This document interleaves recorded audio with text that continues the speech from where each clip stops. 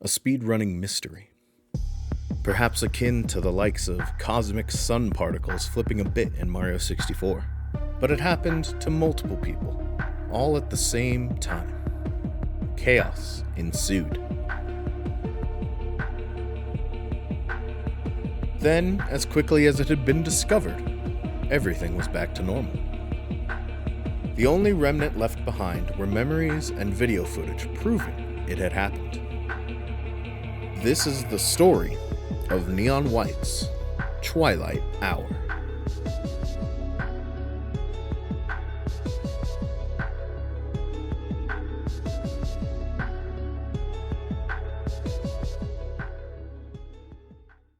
November 4th, 2023.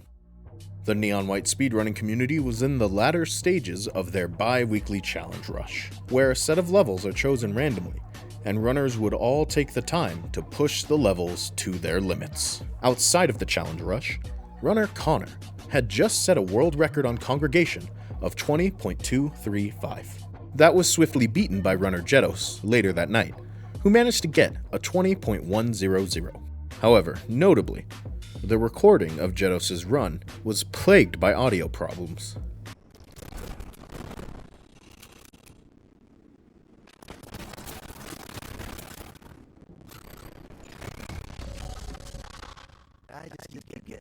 Jedos would claim that he had clicked the replay buffer twice, combining his audio and essentially making the run unverifiable, as Neon White's rules claim that audio must be audible to be accepted.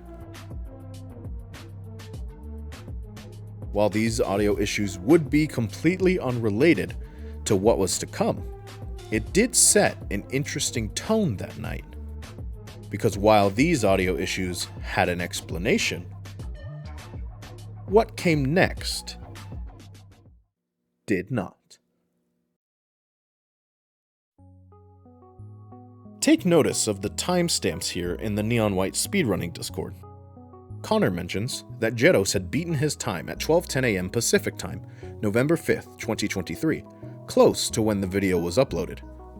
Jedos would upload, or at least post, the video at 12:28 a.m. Pacific Time. Approximately half an hour later, at 12:42 a.m. Pacific Time, the first report comes in. My game just spontaneously broke itself. I was playing Trip Track and all of a sudden the sound stopped working, water boost stopped working, Neon White became invincible, and I can't restart levels. The same thing happened to me. WTF? When I get hit by a projectile when I'm at 1 HP, it freezes time with a really cursed effect.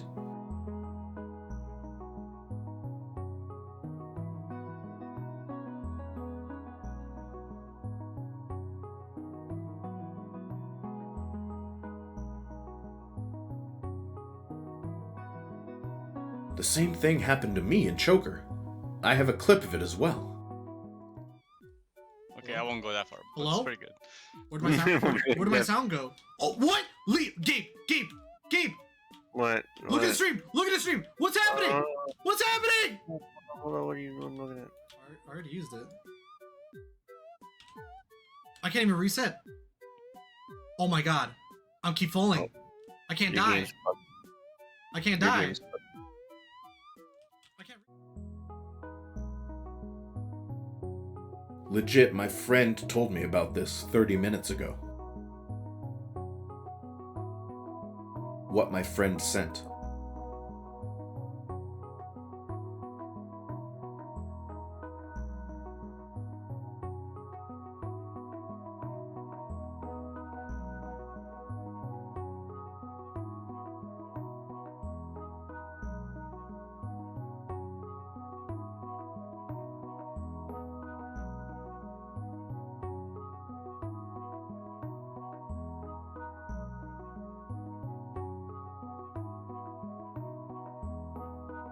I'm even slower than that. That still looks like water boost works at least some. Oh no! It started working again. RIP.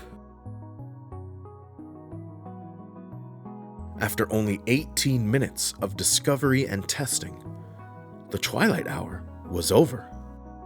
So what happened? Was there some sort of cosmic ray that had shot out over multiple speedrunners' PCs? Had there been some bug that was quickly discovered and patched out server-side without kicking players out of their game?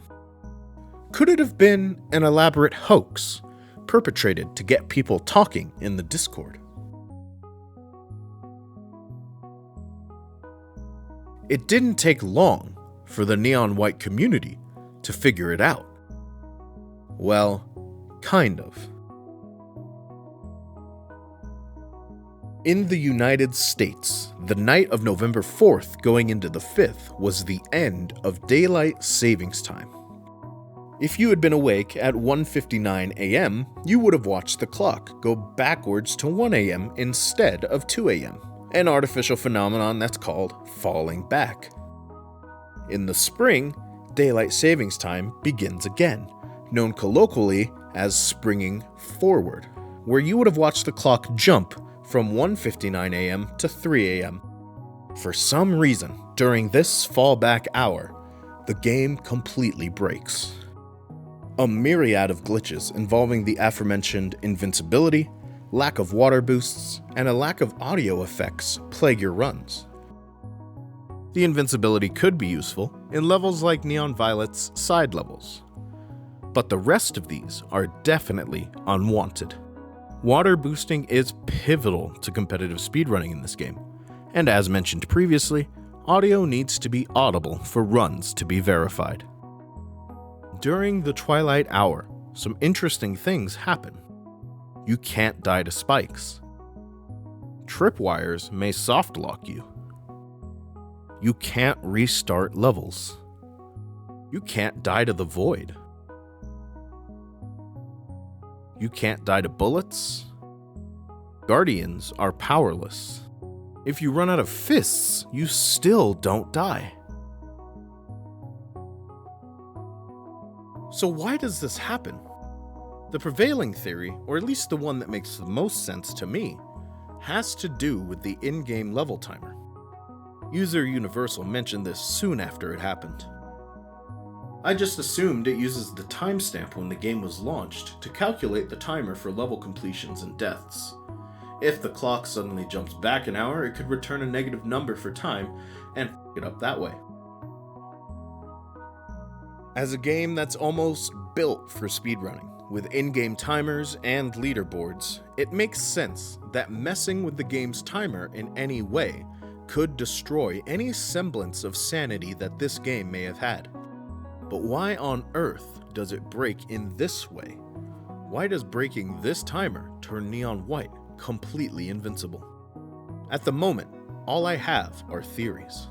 And right now, the theory that makes the most sense is that Neon White has an internal timer.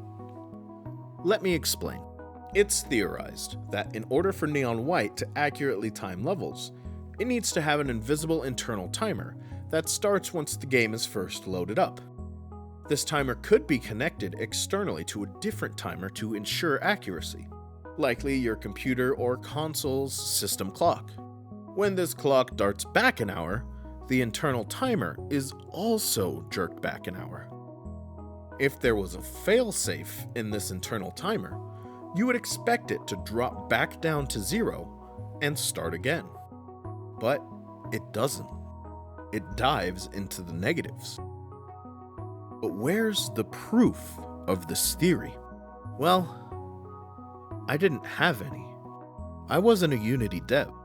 It'd be tough to dive into the code myself, so I decided to throw out a lifeline. I reached out to Ben Esposito, creator, developer, and programmer of Neon White. I presented him with the information we had at that moment, that Neon White broke during DST, and that a prevalent theory was that the timer could connect to an external timer that would knock it into the negatives. But Ben's a busy guy. As soon as I began diving into Unity tutorials, though, Ben responded. Ben had this to say. Interesting problem. First of all, the behavior that you describe sounds like what happens when the game has a null reference error during runtime. I would need to know more to be sure what was causing that. If someone who was affected still has their log file and can share it, I'd be happy to take a look. I'm sure the log contains some hints. As for the theory you shared, I don't think it's related to accessing an external timer. I'm pretty sure we don't do anything like that during runtime, since it'd be likely to break in other situations as well. I'd suspect it has something to do with file accessing or writing, since that uses date-time values. The first place I'd look is player ghosts, since that data is time-based and very frequently written and accessed. A longer shot might be that it's leaderboard related. Steamworks API, those things are all accessed really frequently during the game. As it turns out, Ben was dead on the mark. Moments after my correspondence with Ben ended, a new user that we'll call Machine joined the Neon White Speedrunning Discord and promptly located the null reference error. Diving into the error with external programs revealed that setting the hour backward screws up something in the code. To be more precise, when the game calls audio boost loop inside mech controller, whatever it's trying to reference is null. It checks for this every frame. Every frame, it returns an error. That means the log gets huge in a matter of moments. I had my game open with the glitch active for 3 minutes, and my log ended up being almost 77,000 lines of text. So what the hell happened? After Machine dove a little bit deeper, it was found that when audio boost loop is assigned to audio controller.play, it throws up a null. And within audio controller.play, bingo. It's trying to pull the system time into an equation in order to figure out when the last time the audio was played. This audio specifically is the sound that Neon White makes when he's gliding on water. But since it's always checking, once the time jumps backward, the function doesn't know how to handle it, thus throwing Neon White into the Twilight Hour. But what I think system time is, and what Unity thinks system time is, are completely different. So we have to dive deeper. The audio controller class, the one that contains and holds the equation, is actually not built from scratch for Neon White. It is part of a toolkit from Clockstone Studios, who makes components for Unity-based games and programs. In their audio toolkit, you can find the exact component being used for this function. System time returns the high precision audio system time since the application launch. If we go back and look at the code of Neon White, oh boy. If audio item.last playtime is greater than 0.0 and DSP time is equal to 0.0 and audio controller.system time minus audio item.last playtime is less than double audio item.min time between play calls, return null. At the moment, it seemed Universal's earlier comment was right on the money. But I'm no Unity dev, and I didn't want to get this wrong. In Ben's email, he mentioned wanting to take a look at a log. So I sent him the log that I gathered when I grabbed the footage seen earlier in the video, along with the findings of Machine and the code that we thought was the issue. Ben responded, giving us a clear picture. I think you're correct about the cause of the issue being the audio controller's system time. Here's my educated guess as to what's going on. Each sound defined by the audio controller has a variable that defines how frequently you're allowed to request another instance of that sound. For example, the sound for an enemy firing a bullet can't be triggered again for 0.1 seconds after triggering. The audio object for the boost sound loop, walking on water, is not guaranteed to exist, so Mech Controller, the main player script, checks if it exists and requests a new object from the audio controller. To check this, the audio controller compares that value to time since the application started minus time that sound was last played. In this case, that number is negative, so the audio controller will never produce a new sound, since it's always going to be under the minimum time a sound can be retriggered. Mech controller assumes that it will get this sound, and the null reference here causes the rest of the game to fail. And that, my friends, solves the mystery of the Twilight Hour, a runtime error hidden deep within a complex game's code that would only ever occur once a year. Something that caused a little bit of chaos over the course of a few days within a speedrun community, trying to figure out the usefulness of this glitch and the cause. To answer the question in the thumbnail, no.